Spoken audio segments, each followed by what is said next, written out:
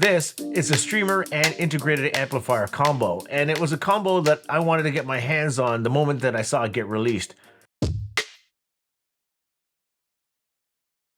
Arcam released the Radia Series as a gateway into the audiophile realm with very little outlay. The A25 is the top-end integrated amplifier in that range. Below it sits the A5 50-watt integrated amplifier and the A15 75-watt integrated amplifier. Quick edit, the A15 is actually 80 watts per channel. There's going to be a few of these. Using the term gateway is a bit of a curious distinction in that Arcam didn't state that these are budget components. They are gateway components to the audiophile realm. And so their target is the future audiophile, or the person that wants to step up from their current components or their current listening setup and want to elevate it in some way.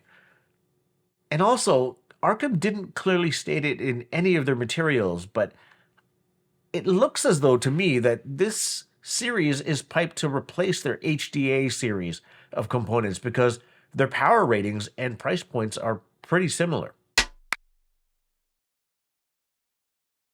The A25 is 100 watts into 8 ohms and 165 watts into 4. It's built upon their 5th gen Class G amplifier design, making it as powerful as it is efficient. Frequency response is 20 to 20 kilohertz with 100 watts into 8 ohms and 165 watts into 4. It features Bluetooth aptX, a moving magnet phono input, one coaxial, one optical, and a USB-C input.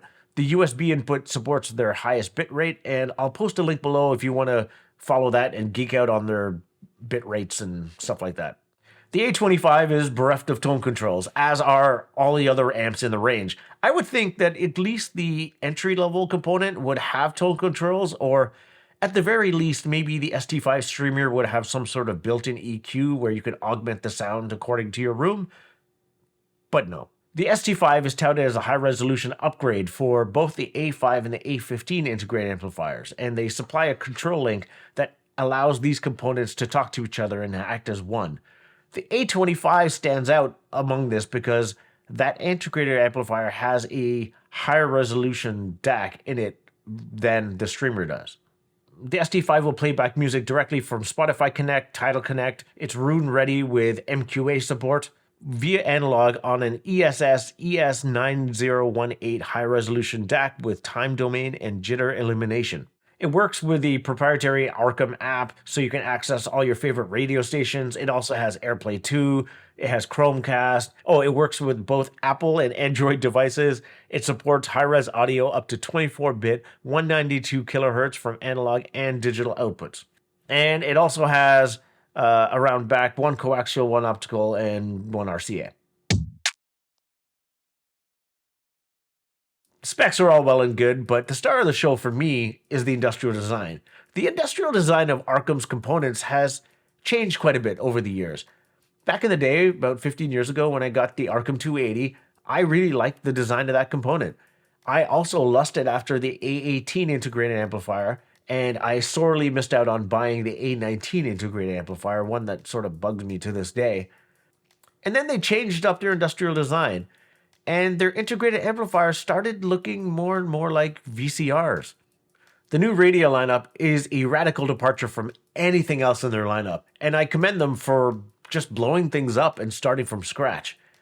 Starting off, it's a slim, all-black chassis with bright yellow accents. It's striking and, dare I say, sexy. The components look great from all angles, including the sides, and beg to be placed on top of a sideboard or a media unit versus being shoved inside of one. From the sides, the angled awning does well to hide cabling for the most part.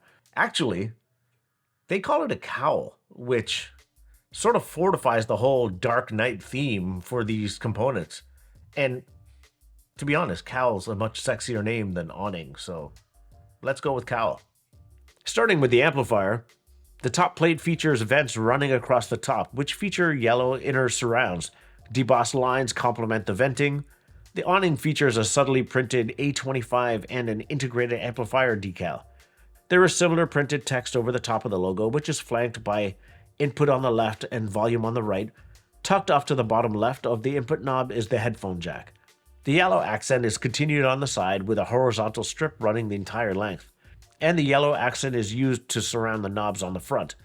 The yellow around the knobs also lights up, which gives the impression of almost like an eclipse. It looks really cool. The ST5 streamer doesn't have any of the venting on the top plate and doesn't have knobs on the front, but it mirrors the A25's casing, albeit a little bit shorter.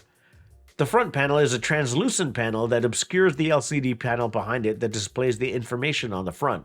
The translucent displays on the amplifier and the streamer is a curious choice, but I also have questions because not only does having a frosted translucent display on the front of your amplifier soften the LCD text that's coming through, but it also blurs it. And maybe I'm just used to having the most high resolution display available on all the tech that I get these days, but blurring the text is definitely a choice. But that's not the main thing that bugs me. What bugs me is that between the amp and the streamer, the LCDs don't match. On the amplifier, it's a bit warmer, and on the streamer, it's cooler in tone. Also, the LCD text sizes are different. Like, it almost doesn't make sense that they would have different LCDs on matching components, because then the one thing that you interact with doesn't line up. So Arcam reached out and explained the discrepancy between the units, and it is that the ST5 features the same display as the A5 and the A15 amplifiers. The A25 features a step-up OLED display, which explains the discrepancy. They did also mention that both units can be operated in stealth mode if the discrepancy in the displays got on your nerves, so there's that.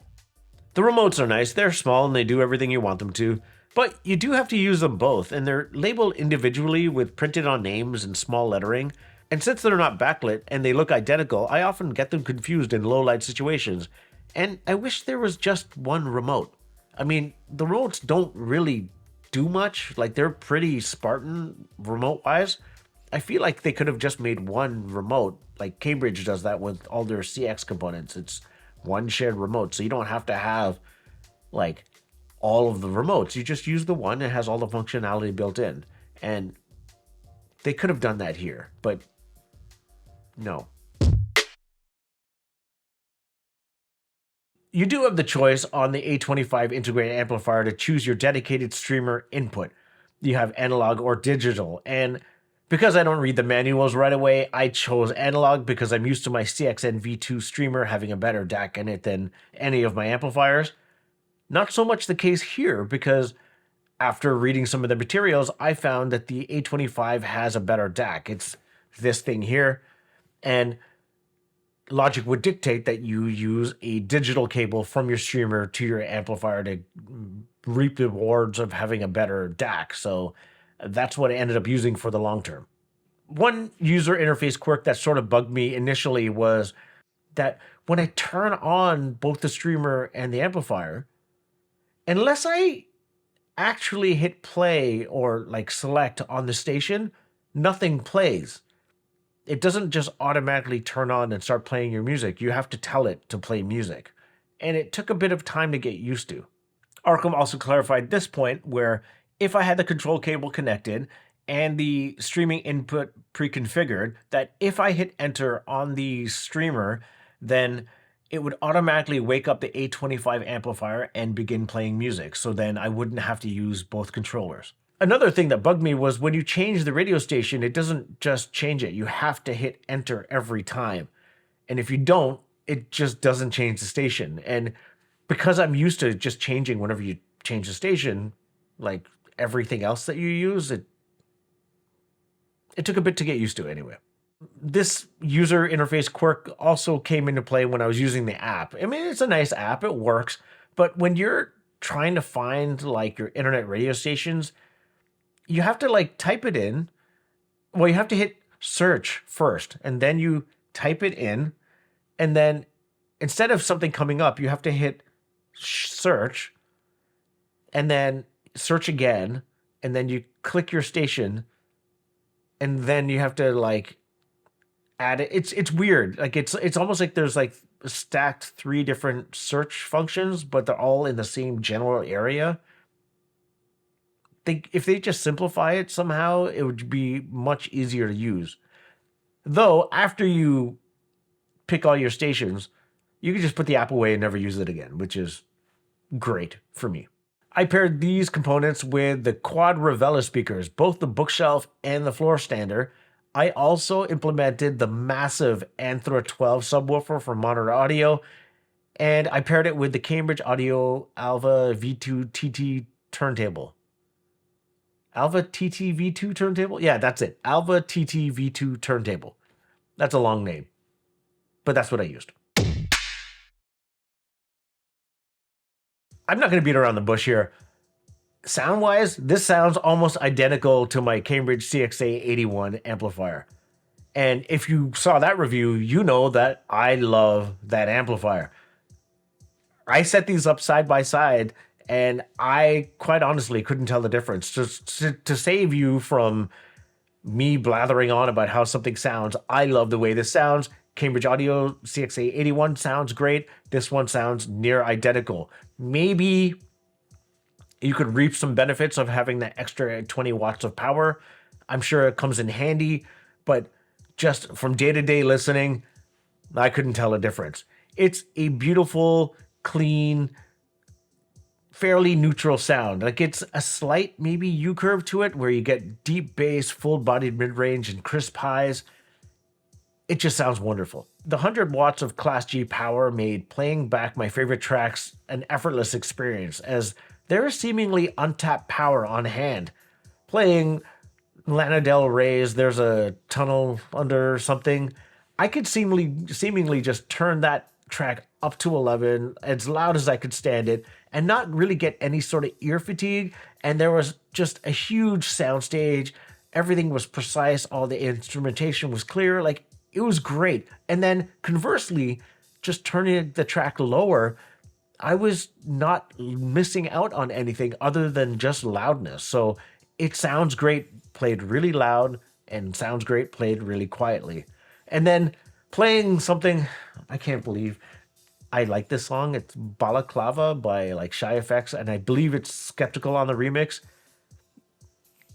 It's not a great song, but for some reason I can't stop listening to it. But like, it's pretty straightforward. There's not a lot of dynamics there. It's just like straight in your face bass music. And the amplifier combo doesn't flinch at all. Like, it just like slams out that tune. The Revellas don't struggle. The amp doesn't struggle. It's just like you can play like something super musical and something completely stupid, and they both sound incredible through this whole combination. But playing back, my favorite tune from this past holidays was Joe York's Zara and the Man. I heard this on BBC One Extra on, I believe, David Rodigan's show, but there was someone else filling in. Either way, they played this song.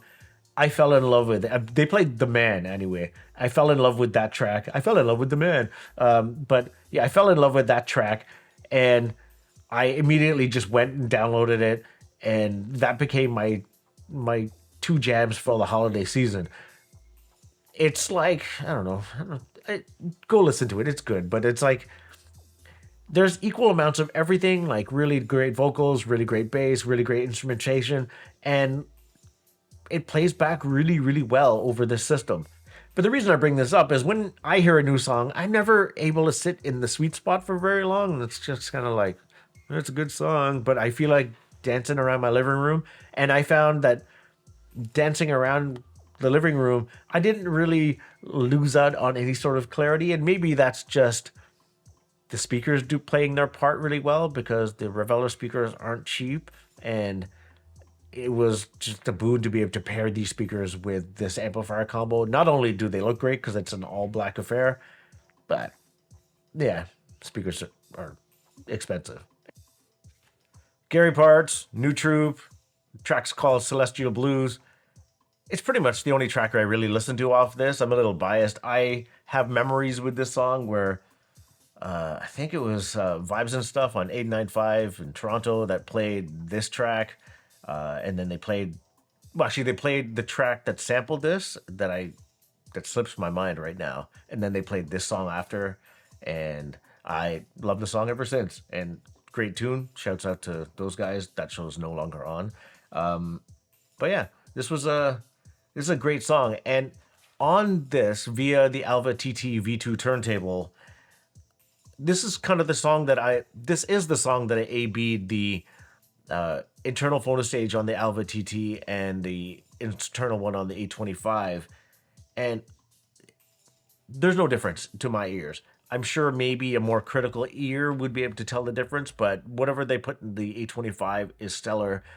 And with this playing, there's just, because I like the sound of the A25, like I said, that subtle U curve to the sound, that there's enough lower end presence in this, but it's not like a bass track. So it's not like, it's just enough oomph there for you to sort of just like be a bit more enveloped by the sound, especially with the modern audio Anthra sub in place.